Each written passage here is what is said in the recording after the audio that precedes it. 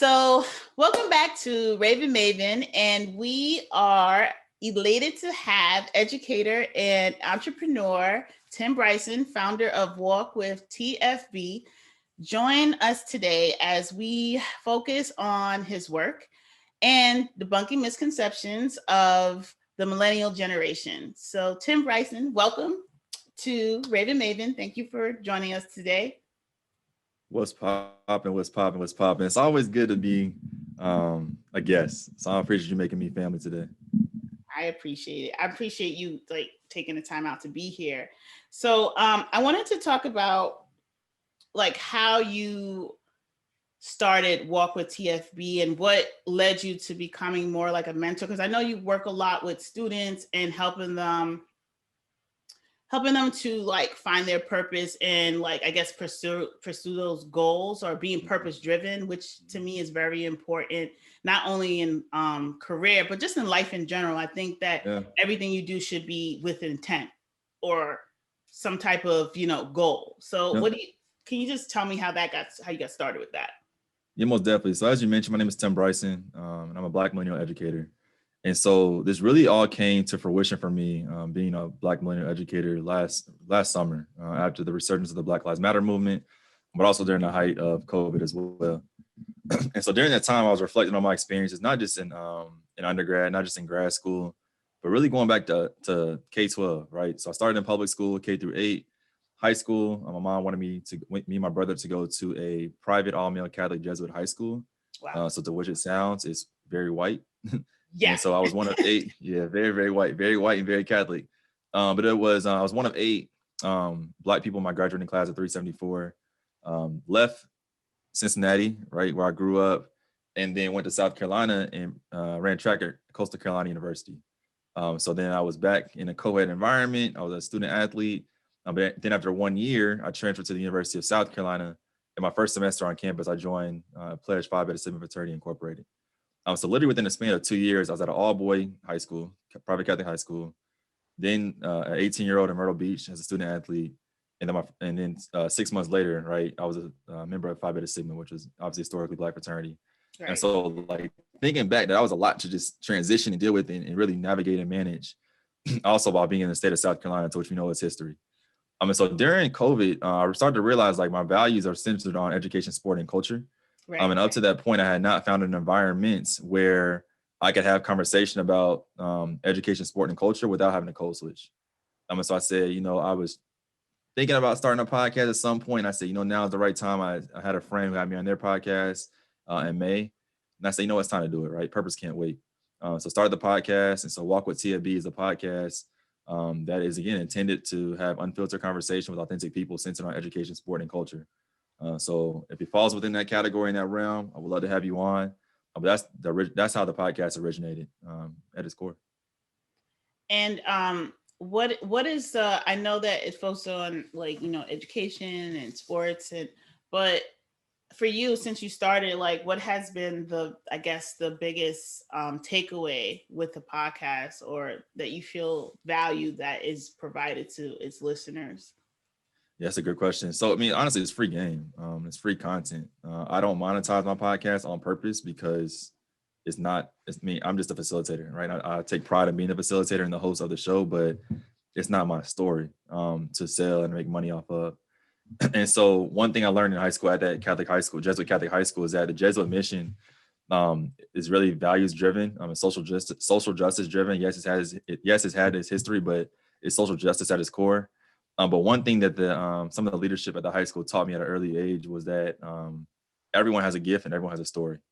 And so the inception of the podcast is really centered on storytelling. And so how the podcast is structured, the first segment is what's your story? So legit getting, their story from their perspective.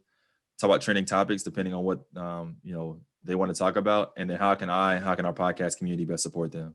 So the thing about what I've learned through the podcast experience is really through the stories that I've told on the podcast, like hearing why people chose their college or why they didn't go to college, what inflection experience helped to take them off to new heights in an area or industry that they had no clue that they would be doing. Right. This last season was entitled, More Than Millennials. So getting to hear, what does it mean to be more than a millennial from 15 different people's perspectives that are across the millennial generation. And so I think we learn a lot from storytelling. I think that's just a history of Black people in the world. So it's been amazing, to be honest. I love it.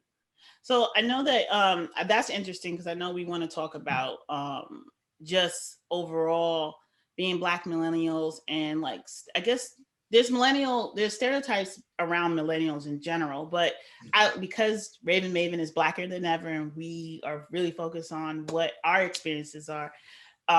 What do you think are some of the stereotypes that come with Black millennials?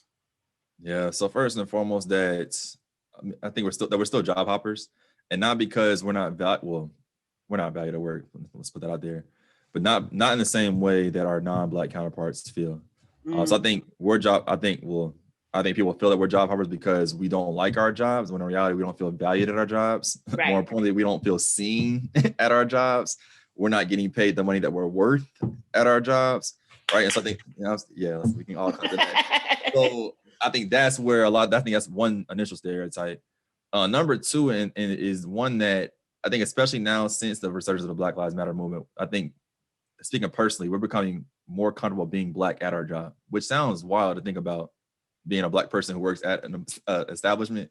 But I think now, at least I speak for myself, I'm more comfortable and always wear my do-rag on the clock, right? I don't think about or try to censor my language while at work. Having more real and authentic conversations with students, staff, and employers about what it means to be Black, what it means to be not white, at work.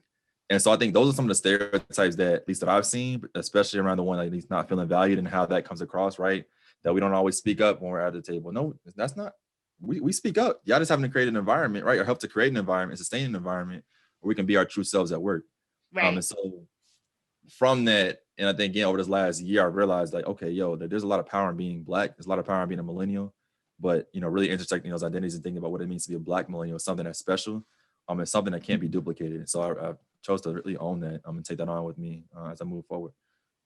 How do you, because I know that you mentor and help, again, with people with, not only finding and working on their purpose, but even like professionally, like how do you advise people to be authentic and live in their truth, being Black men and women? Because I personally felt that way a lot of the time, that I had to wear a mask at work. And I think I became even more. Last year I did, a town hall about being Black in corporate America. And a lot of my panelists expressed the same feeling, that we have to not be truly who we are. So I guess, like, what would be your advice for people like us who we want to stay in corporate, or we want to, pursue a certain trajectory? Like, how do we do it without compromising ourselves, Yeah, no, that's a good point. And so I think I have at least a lot more, and I know a lot's relative, but a lot more leeway working in higher ed, right? Right. Just call it what it is, especially at a public flagship school. And so I can and I won't speak on what it means and what it feels like to work in corporate, because I don't have that experience for sure. But I think one thing that is universal is that really understanding and writing down, like, negotiables and non-negotiables. I think a lot of ways that can be tough, right? Especially with the money in corporate comparing to higher ed nonprofit. It's nice. It's nice. But as I think about, and I've had, consideration, I'm like, I could be doing the same thing in corporate, making double what I'm making now, right? But could I be myself? And so, like, what am I willing to negotiate? What am I willing to sacrifice? Which I think are two words that, at least in the Black, speaking from my, again, personal experience, are words I think I could have spent more time. My parents could have spent more. My mama could have spent more time, having conversations about, as it relates to pursuing career industries. Right. And so again, I think since whatever, I think it was June 2020 or June 2nd, call it Black Square on Instagram Day, we've seen a lot of, evolving structures and policies and procedures and practices that have happened within corporate, nonprofit, even in education, that I think have allowed us at least have some room to be more Black or to be our Black self. Right. But in a lot of ways, I just had a conversation with my homeboy about this. Is like, is it creating more opportunity for us to be Black at work, or is it allowing us a bubble to be Black where we're not causing the issue anymore, right? And so, how can we continue to be Black but also push the envelope to get all that we're worth? I think that's where right now I'm sitting in that. We didn't have the protests, we didn't have the meetings, we didn't have the damn town halls. all the employee resource groups that weren't up and in running the before. in the diversity and inclusion training. You see what I'm saying? We didn't have all that. We didn't have all that. What's next? That's what I keep telling. What's next? Everyone did all this damn work on voter registration and voter engagement and civic engagement last fall. But what happens on November 3rd or November 4th, November 5th, November 6th? Like, there's still races out here, right? Right. There's still a toxic work environment that I feel like I got to come to work either on Zoom or within a physical building. So like, what happens next? I think that's where I'll say we as a collective, we're not focused on. I think, again, in a lot of ways, whether it's in education or even in for-profit, right? You're just focused like, yeah, get people registered to vote. Here's why you need to vote. Well, let's talk about what happens next. And I don't think we did that collectively in a way that made the most sense for us to then transition out of that so that the momentum could continue to move. Because in a lot of ways, getting people to register to vote, educating on why to vote, that's a personal opinion, suppresses activism in a way that can create some of this change that we want to see happen, whether it's on our college campuses or within our corporations as well. And I just wanted to add on to that and say, guys, like, don't forget that, the presidential election happened, has passed, and the crazy people tried to overthrow the government, but that's a segue. But remember that you also have your local politics and things going on in your communities. And that's actually even more important because those are the things that really impact your day-to-day, your real life. And because I've come from that, also have that civic background experience, I've learned and I've dealt with our constituents. That's the terms that we use when you work in that arena. And I've witnessed so many people, our people especially, where they don't get involved until something happens to them. Like this place is moving right next to me. I don't want it in my neighborhood. Now they want to call their local elected official and complain about it or have something done. And nothing's wrong with that because that's also why they're in office. But I just wanted to say that, guys, don't wait till something happens to you to get involved. Yep. So I want to just double back to, being Black millennials and, just existing in this space where I feel like there's a lot of progress and a lot of us are actually becoming a lot more, I guess, active and advocating in policy and politics and whatnot. But as far as the stereotypes go, what do you think we can do to disarm or kind of like debunk some of those stereotypes that may exist for Black millennials? Yeah, so there were several guests on this last season of my podcast that had a lot of great things to say. I mean, everyone had a lot of great things to say. Definitely some that just stood out and resonated with me more than others. And so Dr. Blake Banner was on my podcast and mentioned that what it means to be more than a millennial is to be loud about the things you care about. That's something that stuck hit you too. So that one hit me too. I was like, ooh. You know what I'm saying? And so like when I think about that, it's like, be loud about the things you care about. Like be loud about the thing. And even saying that out loud, it's like, what have I been silent about that I'm passionate for, right? What have I not spoken up about that I truly adore and want to see change? And so I think to combat those stereotypes is being loud about the things you care about, right? And so if there's something at work, right, let's be loud about it. And again, loud is relative, and how you're loud is a whole other strategy that we can talk about later. But yeah, we're not saying go knock your the CEO's computer off your desk. You're gonna get fired. But don't do that. Don't do that. But you could be loud and strategic about the things you care about in a way that centers and recenters on what I've been continuing to tell myself, and that purpose cannot wait. Like your purpose, our purpose, their purpose cannot wait. And so I think collectively, if we can realize that, but more importantly, activate that, we'll start to see change, not just as it relates to how we experience life at work as a Black millennial, but also how we create more equitable and more socially just environments for Black Gen Zers, which is mind-blowing to say, to enter the workforce in the next several years. Yeah. And even like just creating more opportunities for us. I think what has been most interesting, because Black millennials are, I was reading, and I usually do a segment called Black Fact, but I feel like I should drop it now. So guys, I'm going to drop the Black Fact right now. So according to, I was doing some research, and Nielsen had this 2016 report regarding Black millennials, and Black millennials are 11.5 million strong and leading a viral vanguard that is driving African Americans' innovation, use of mobile technology, and closing the digital divide. So Nielsen's highlights this group in a new report, and it's called "The Young, Connected, and Black African American Millennials Are Driving Social Change and Leading Digital Advancement." Yep. So with 162 billion in buying power, that's us, and undisputed cultural difference, Black millennials are using their power to successfully raise awareness of issues facing the Black community and influence decisions shaping our world. So what that means to me when you think about that Black fact is that we are a very powerful group of individuals, the generation. We are the generation that is going to shake ish up, is shaking ish up. We are challenging the patriarchy. We're challenging everything. Racism, we're challenging how we want to be policed. We're challenging how we believe the government should be operating or needs to be advanced as far as like what, getting legislation and things of that nature passed and whatnot. So I really was excited to read that report because it really just kind of like solidify what I already thought, but it was like with data. So that's a wonderful Black fact right there.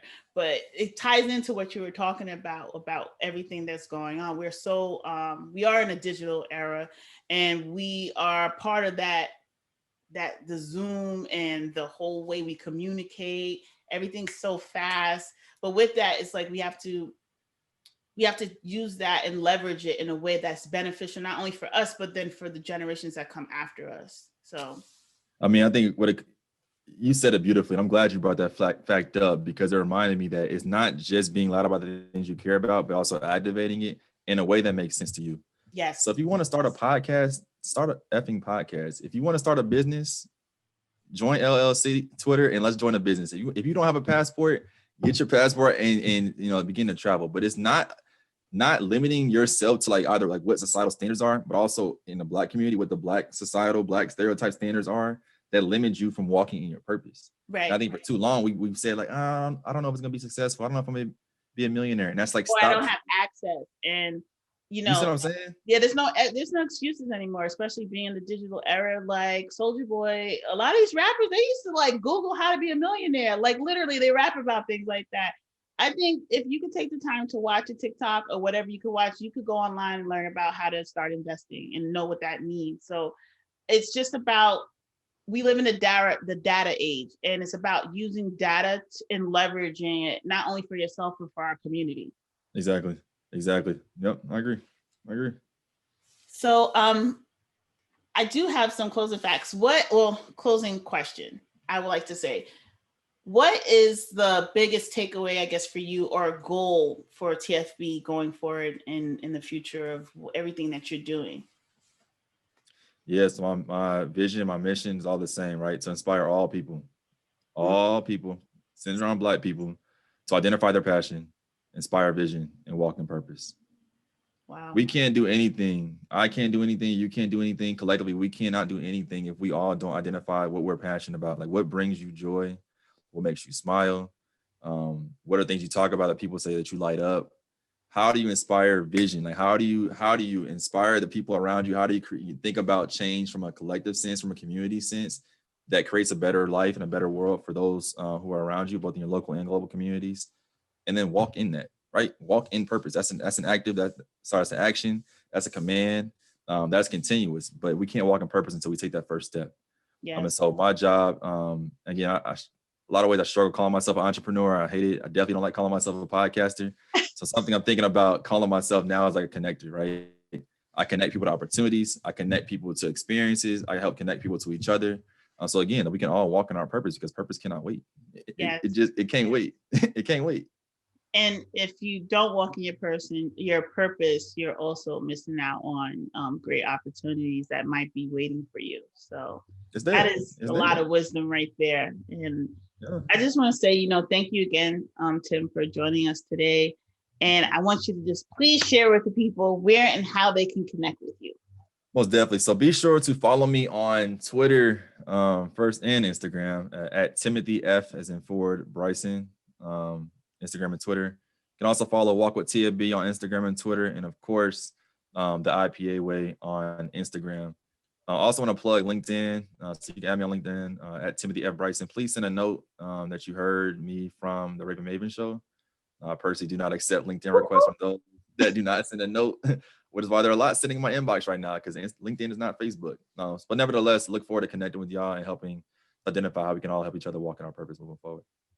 Thank you so much, man. And guys, make sure that you like and subscribe to Raven Maven. Of course, we're on ravenmavenshow.com. We're also on, sorry for the background noise. We're also on Instagram. We're also on Facebook. We're also on Twitter at Raven Maven Show. And stay tuned for another episode coming soon near you. Peace.